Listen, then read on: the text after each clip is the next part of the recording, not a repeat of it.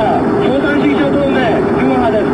私たちは戦に行き、そこにおいて軍事訓練等々を行い、今年の秋、再度本に上陸し、断固として前段階武装蜂起を貫徹せんとしています。Il y a 54 ans, le 31 mars 1970 à 7h33 très précisément, Yodogo décolle de l'aéroport de Tokyo Haneda. Destination, le sud du Japon, la ville de Fukuoka, plus exactement. Yodogo, c'est le nom d'un avion Boeing 727 qui donnera son nom à l'incident, le Yodogo Chicken. Et c'est de cette histoire de fou qui n'a jamais réellement trouvé sa conclusion dont j'aimerais vous parler aujourd'hui. Une vingtaine de minutes seulement après le décollage, un jeune homme, Takamaro Tamiya, se lève soudain et ordonne à ses camarades de sortir leurs katanas, leurs armes à feu, des pistolets et plus de 200 cordages préparés à l'avance pour ligoter les passagers. Le vol 351 de la Japan Airlines pour Fukuoka, embarquant 122 passagers et 7 membres d'équipage, est en proie à un détournement. Les pirates sont au nombre de 9, âgés de 17 à 27 ans, des membres d'un groupe d'extrême gauche ayant pour nom la faction de l'armée rouge japonaise, ou Kyosando Sekiguna, plus connu sous le nom de JRA, Japan Red Army. Je vous donne un petit peu la liste des noms. Alors le premier d'entre eux, c'est Uemoto Kimihiro. Il est né le 19 mars 1948 et est fils d'un professeur de lycée. Son nom de famille était auparavant Abe. Étudiant à l'université du Kansai et très anti-américain, parce que son oncle avait été tué lors de la bataille des Philippines, il fit partie des opposants à l'arrivée du porte-avions nucléaire américain Enterprise dans un port japonais. Le second est Yoshida Kintaro.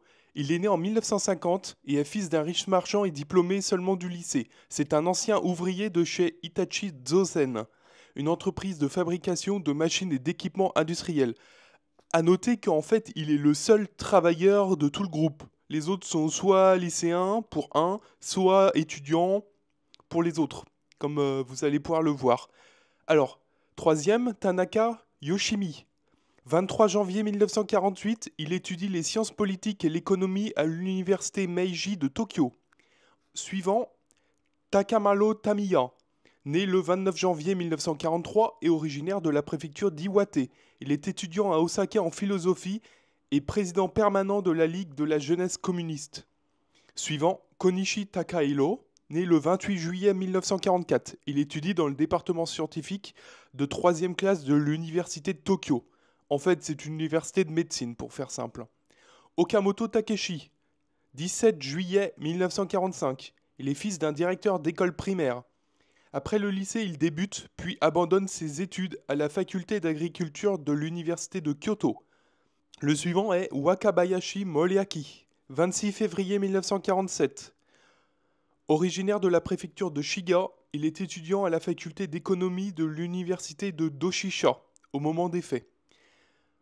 Ensuite, on a Akagi Shiro, 4 novembre 1947. Il est étudiant à l'université d'Osaka, la même d'ailleurs que Takamaro Tamiya. Et ensuite, le 9e et le dernier, c'est Shibata Yasuhiro. Il est né en 1953 et plus jeune membre du groupe. Il était lycéen au moment des faits. Alors sur cette vidéo, vous ne le voyez pas, c'est pour ça que je vous mets une photo à part en fait. Alors comme vous le voyez, il y a de nombreuses ressemblances dans les profils, hein. C'est des jeunes qui sont tous quasiment dans la vingtaine, 20-25 ans hein, généralement. L'immense majorité sont étudiants, sauf deux, un qui est lycéen et un qui était un travailleur. Ils ont quasiment tous appartenu à des groupes en fait d'extrême gauche, Ligue communiste, faction de l'armée rouge et autres groupes comme ça divers et variés. Et effectivement, plusieurs de ces pirates de l'air ont participé à des mouvements étudiants, voire quasiment tous en fait. Très inspiré des méthodes maoïstes, l'armée rouge japonaise a pour but de renverser le pouvoir de l'ordre réactionnaire par la force, afin de créer un paradis ouvrier, un paradis prolétaire. On pourrait comparer ça un petit peu aux années de plomb en Italie, je suppose. D'ailleurs, d'autres membres ou ex-membres de la JRA vont se faire tristement connaître. 3 d'entre eux vont perpétrer un terrible massacre dans un aéroport à Tel Aviv en 1972, tuant 29 personnes et en blessant quand même 80 autres. On peut noter aussi l'Asama Senso Jiken, la même année. Il s'agit d'une prise d'otage dans un chalet près de Nagano au Japon par 5 membres de l'armée rouge unifiée qui fit 3 morts, dont 2 policiers et un civil. Ou encore celle de Kuala Lumpur, en Malaisie. Prise d'otage dans les ambassades en 1975 avec 8 morts au total tout de même. Mais pourquoi ces membres de l'armée rouge japonaise détournent-ils un vol? Après tout, il n'y a pas d'homme politique, il n'y a pas vraiment d'objectif, c'est juste des passagers qui voyagent vers Fukuoka. Quoi de bien spécial? Eh bien en fait, pour continuer leur lutte et prendre le pouvoir au Japon, ces jeunes gens considèrent qu'ils manquent de formation et souhaiteraient donc prendre le large vers un pays communiste qui les soutiendrait dans leur démarche et y créer un centre de formation pour s'entraîner. Rien que ça. Le but étant bien sûr ensuite de revenir au Japon par la suite et être prêt à prendre le pouvoir par les armes. Il s'inspire des méthodes maoïstes et aussi beaucoup de ce qui s'est fait à Cuba en fait, puisque c'est exactement ce qui s'est passé, la baie de Coton, etc. Che Guevara et les frères Castro qui débarquent et qui prennent le pouvoir là-bas. À tel point que nos jeunes communistes avaient même pris contact avec Cuba carrément. Mais Cuba ne voulait pas d'ennui avec le Japon, pensant que le pays pouvait être intéressant par la suite, et avait rejeté leur demande. Restait un second choix, mais beaucoup plus proche quand même du Japon, la Corée du Nord, dirigée par Kim Il-sung à l'époque. D'où la décision logique, en fait, du coup, de détourner cet avion, car bon, ils vont pas aller en Corée du Nord à la nage. Cependant, ils étaient 10 au départ, et s'ils ne sont que 9 dans l'avion ce jour-là, c'est car le cerveau de l'armée rouge japonaise et créateur donc de ce plan, Shiomi Tanaka, a été arrêté par les forces japonaises. Il faut dire qu'il a été arrêté parce qu'il imaginait beaucoup de plans plus ou moins douteux, comme l'enlèvement du premier ministre japonais lui-même, rien que ça. Il passera tout de même près de 20 ans en prison avant d'être libéré, et il va décéder en 2017. Mais revenons dans notre avion un petit peu. Takamaro Tamiya dirige donc l'opération, puisque Shiomi Tanaka est en prison, comme vous l'avez compris. Alors, ce qui semble totalement fou aujourd'hui était possible à l'époque. Les pirates ont pu prendre le vol tranquillement. Katana déguisé en objet de décoration, pistolet dans des gâteaux... Bref, inutile de dire que les contrôles à l'époque étaient bien moins poussés que ce qu'il y a maintenant. Maintenant, ça serait quand même très compliqué. Puis des katanas dans les bagages cabine, même pas en rêve. Certains parlent aussi d'engins explosifs, mais on ne sait pas réellement s'il y en a eu ou pas. En fait, l'apparition de contrôle de sécurité avant les vols a réellement pris son essor dans les années 80. Les pirates ordonnent donc aux commandants de bord de voler vers leur paradis, Pyongyang, capitale de la Corée du Nord. Cependant, ils n'avaient pas calculé qu'il n'y avait pas assez de carburant, et l'avion va devoir faire une escale à Fukuoka. 3月31日朝、羽田を飛び立った日本航空の淀号は赤軍派の学生ら9人に乗っ取られ、北朝鮮へ向かうよう要求されて福岡に緊急着陸しました。外国の出来事とばかり思っていたハイジャックを目の当たりにして空港は大混乱。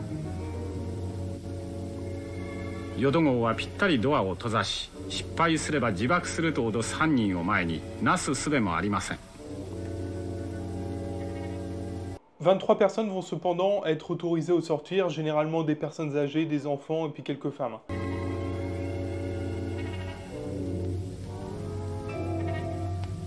ようやく婦人子供ら23人が降ろされましたが、この後淀号は100人を超す人々の恐怖を乗せて北へ飛び立ちました。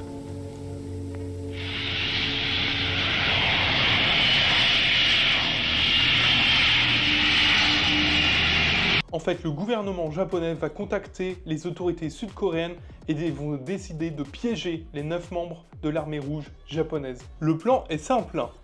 L'avion atterrira à Gimpo, près de Séoul, et non pas en Corée du Nord.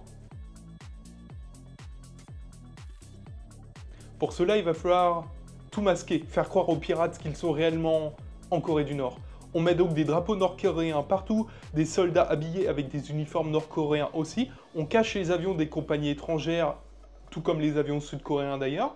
On annonce la bienvenue à Pyongyang dans le haut-parleur de l'aéroport. Ça semble plutôt bien parti. Et pourtant, voilà, nos jeunes pirates ne sont pas totalement idiots et ont des soupçons.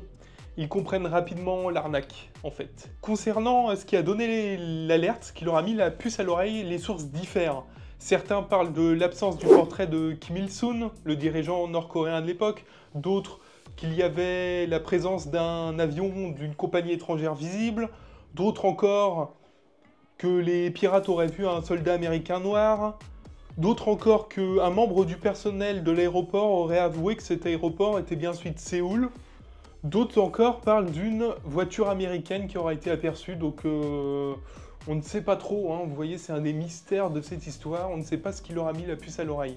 Peut-être tout simplement plusieurs de ces éléments, peut-être qu'ils sont tous vrais d'ailleurs. Toujours est-il que le poteau rose est découvert et que personne ne va sortir dans l'avion dans lequel une centaine d'otages est toujours présent. Les autorités sud-coréennes vont alors tenter de contacter et négocier avec les nord-coréennes. Bah oui, puisqu'ils veulent aller en Corée du Nord. Mais ce ne sera pas facile.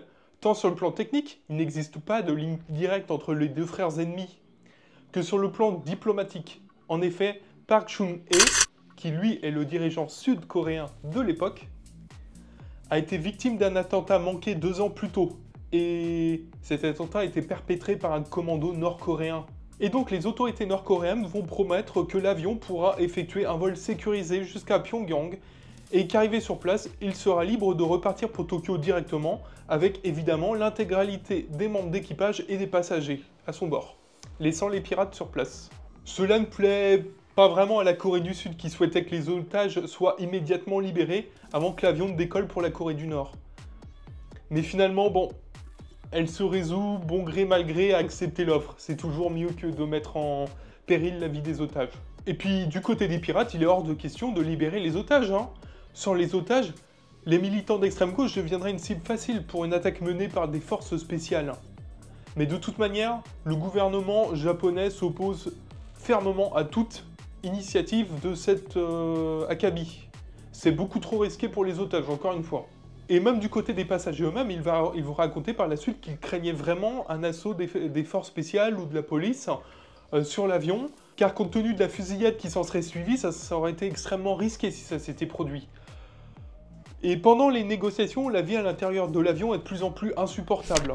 L'approvisionnement en électricité a été réduit au minimum et les toilettes ne fonctionnent plus. Finalement, après moult tractations, le vice-ministre japonais des Transports, Yamamura Shinjiro, va se porter volontaire pour prendre la place des otages jusqu'à l'arrivée à Pyongyang.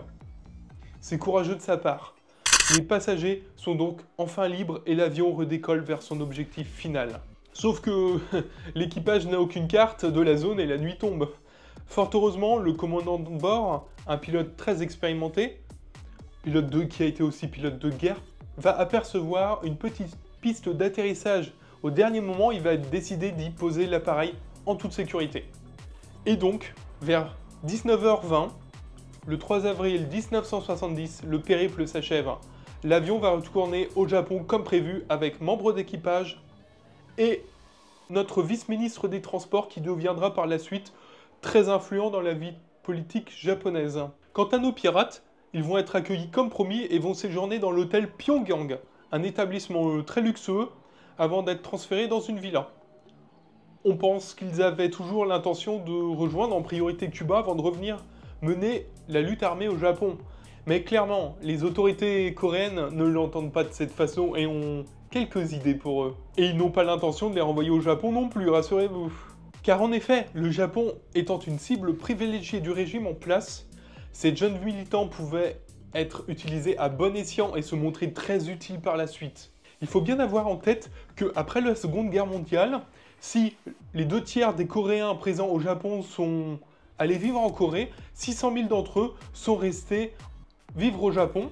Et la Corée du Nord les a largement aidés en fait, hein, notamment par exemple en finançant 150 écoles coréennes au Japon. Ces écoles d'ailleurs existent toujours, mais elles ne comptent plus que 8500 étudiants.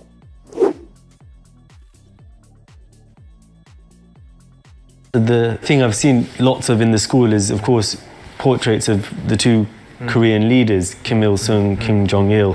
Why are their portraits up in so many classrooms? 異国にいても自分の民族を忘れずに学ぶべきであるというふうに一番苦しい時に手を差し伸べてくれたのが共和国でありキム・イルソン主義であったので、我々はその恩を忘れない、そういう歴史がある学校なんだということで今も掲げているということです。これはもう在日コリアンの学校なんですけどもと共和国を支持した朝鮮総連の方々が作った学校。 Et depuis quelques décennies, le gouvernement japonais s'affaire à les voir disparaître, car à l'époque, ça pouvait être réellement un genre de 5e colonne au sein même du pays. Outre les écoles, il y a aussi l'association Changryon, qui est financée par la Corée du Nord. Elle existe depuis 1955 et réunit tout de même un quart des 700 000 Coréens présents au Japon. Elle a son siège à Chiyoda, à Tokyo.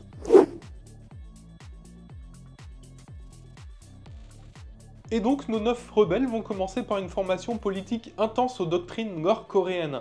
Et les remises en cause ou discussions autour de ces doctrines ne sont pas du tout à l'ordre du jour, comme certains vont vite le comprendre. En effet, quelques années plus tard, Yoshido Kintaro, qui parfois se permettait justement de remettre en cause les instructions idéologiques gracieusement reçues, a disparu dans d'étranges circonstances. Sa mort fut officialisée en 1985, mais rien n'est clair et on pense qu'il est décédé en réalité bien avant. Il n'en reste donc plus que 8. Quant à un autre de ses camarades, Okamoto Takeshi, la rumeur dit qu'il aurait disparu en tentant de s'échapper de la Corée du Nord. En tout cas, la formation sur place va payer, puisqu'on va retrouver des traces de l'implication de ses membres dans un tas d'affaires douteuses téléguidées par la Corée du Nord par la suite. Le groupe de 9 jeunes hommes va d'ailleurs être surnommé le Yodogo, ou le groupe du Yodogo, en rapport avec en fait le nom de l'avion. Une des affaires dans lesquelles ils sont impliqués, à titre d'exemple, c'est le trafic de faux billets de 100 $ en Thaïlande dans les années 90. Après une descente de police dans un bureau au Cambodge, d'où provenait la fausse monnaie, un homme va être aperçu, qui va s'enfuir. Effectivement, on va le retrouver 2 jours plus tard, en train de s'enfuir dans une voiture diplomatique nord-coréenne vers la frontière vietnamienne. Mais cette voiture va être arrêtée tout juste à la frontière. Il s'avéra qu'il s'agissait de Tanaka Yoshimi, un des membres du Yodogo, un des fameux militants japonais. Pour la petite histoire, s'il a été blanchi après son passage devant la justice thaïlandaise, qui n'arriva pas à prouver ses liens avec le trafic de billets, il fut néanmoins extradé vers le Japon où il fut finalement condamné en 2002 pour les mêmes faits. Il disparaîtra en prison en 2007. Ils vont aussi être impliqués dans l'histoire d'enlèvement de citoyens japonais. Mais ça, je vais laisser ça de côté et j'y reviendrai entièrement dans une prochaine vidéo qui sera complètement consacrée à ça. Sinon, ça serait beaucoup trop compliqué et trop long. C'est un seul exemple des sombres histoires dans lesquelles furent impliqués les membres du Yodogo et leurs proches, leurs femmes aussi. Oui, vous avez bien entendu, j'ai parlé de leurs femmes. Et la transition est toute trouvée pour la partie suivante. Une histoire de dingue. Vous allez voir, c'est peut-être la partie la plus folle de toute cette histoire. Je vous promets que ça va être tout bonnement hallucinant. On voit ça tout de suite.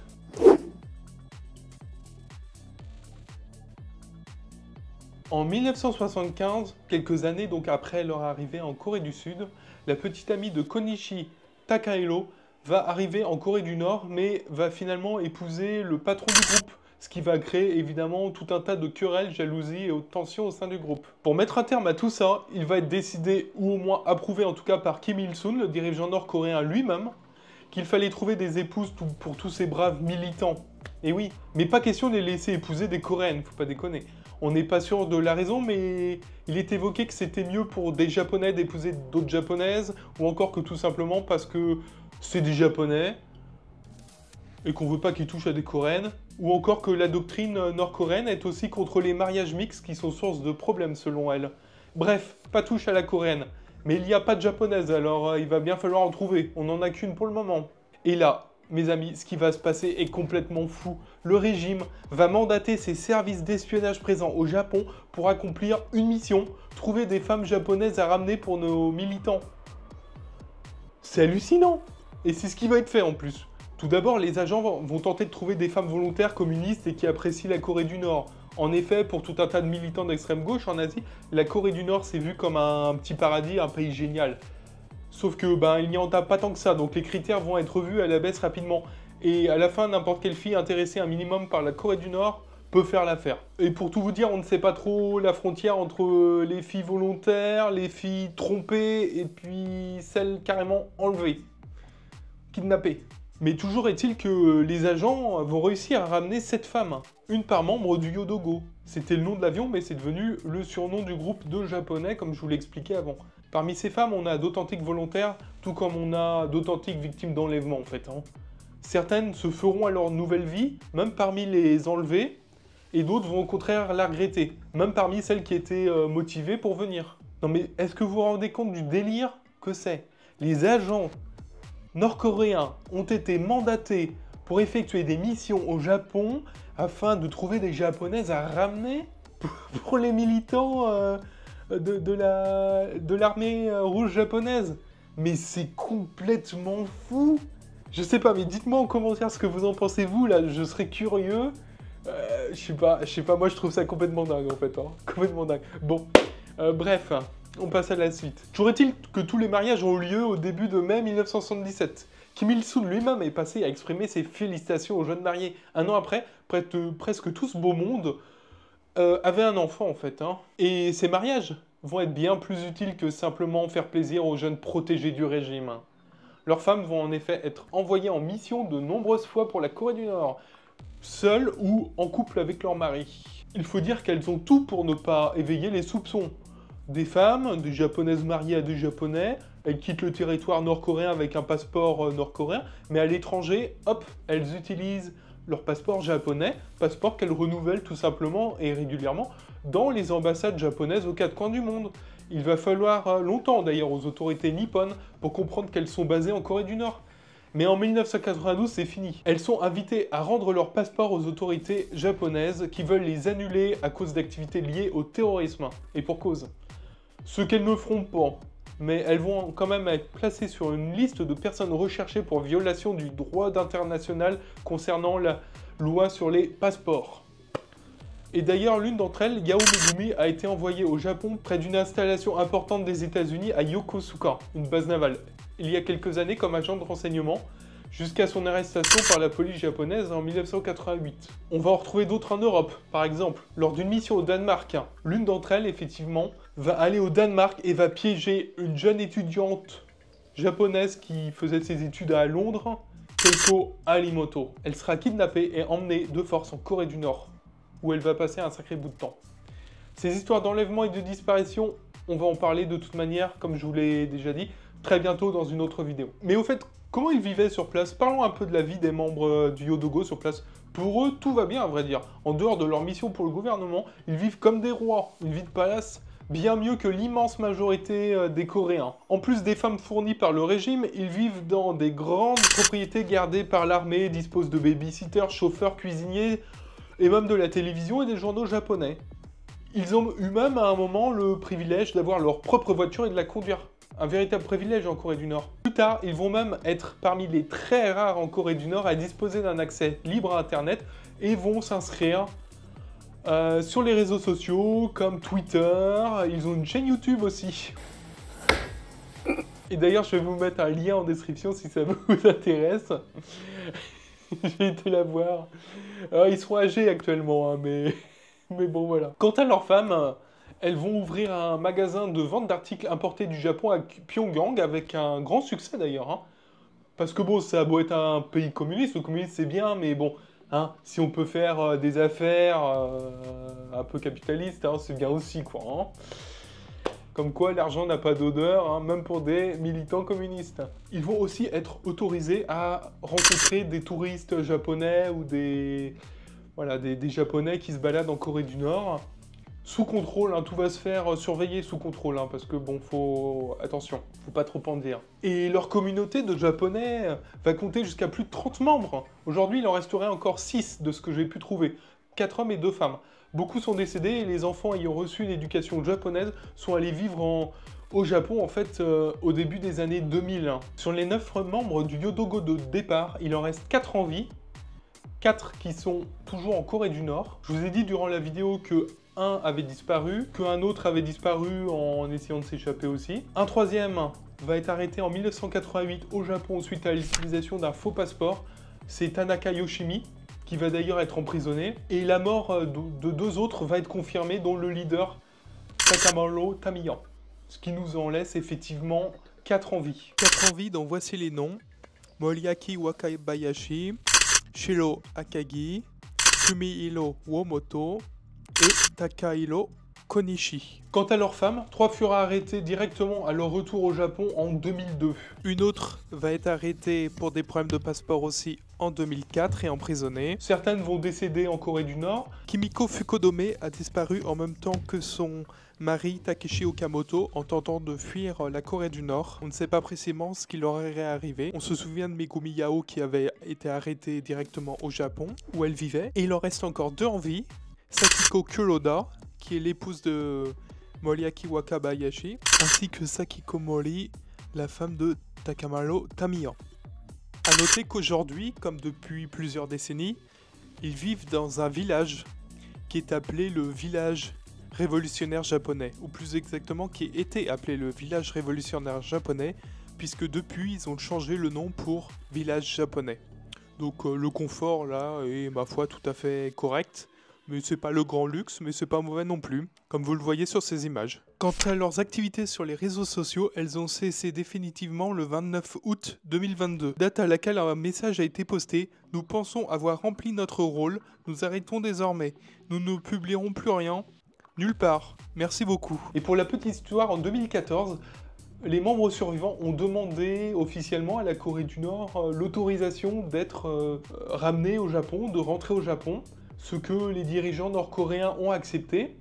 Néanmoins, ça ne s'est jamais fait car les autorités japonaises ne l'entendent pas de cette oreille. C'est-à-dire qu'ils veulent bien les accueillir, mais clairement, ça va pas être pour les laisser libres. Ils vont avoir quelques ennuis judiciaires. Et ils sont d'ailleurs toujours sur la liste des personnes recherchées à l'international. Souvenons-nous aussi qu'ils sont toujours recherchés pour violation de la loi internationale sur les passeports, enlèvement et tentative d'enlèvement, et aussi enlèvement pour mariage forcé. Et c'est pour ça qu'en 2017, ils ont tenté une action en justice au Japon afin d'être innocentés, afin de pouvoir rentrer au Japon en fait tranquillement sans être inquiétés.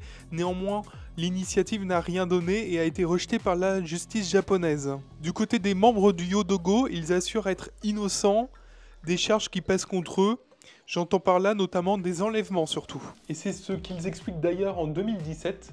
Ils expliquent dans des vidéos sur YouTube disponibles que ça craint et que bon ben à cause de ça ils ne rentreront probablement jamais au Japon. Anecdote amusante, plusieurs membres du Yodogo ont fait partie dans leur jeunesse d'un groupe de musique qui s'appelait les Rallies dénudés. Ouais, à moitié en français, mais un drôle de français. Les rallies, je sais pas trop ce que ça veut dire. Dénudé, je comprends, mais pas rallies.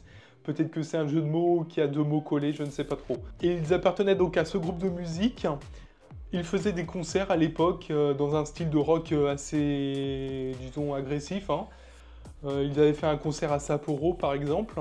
Et ils ont sorti d'ailleurs officiellement un album par la suite, dont la couverture est l'avion, une photo de l'avion prise sur la piste de l'aéroport lors de son détournement. Le groupe a été officiellement dissous en 1996, pour information. Je vous mettrai un lien en description si ça vous intéresse. Voilà, j'espère que cette vidéo de fou vous a plu. Je reparlerai du Yodogo une nouvelle fois dans une prochaine vidéo puisque je traiterai en fait de l'enlèvement de citoyens japonais dans les années 70 et 80 perpétrés par la Corée du Nord et effectivement il me sera plus qu'utile de citer ces braves gens. Nous en reparlerons à ce moment-là. Je vous remercie d'être resté jusqu'au bout.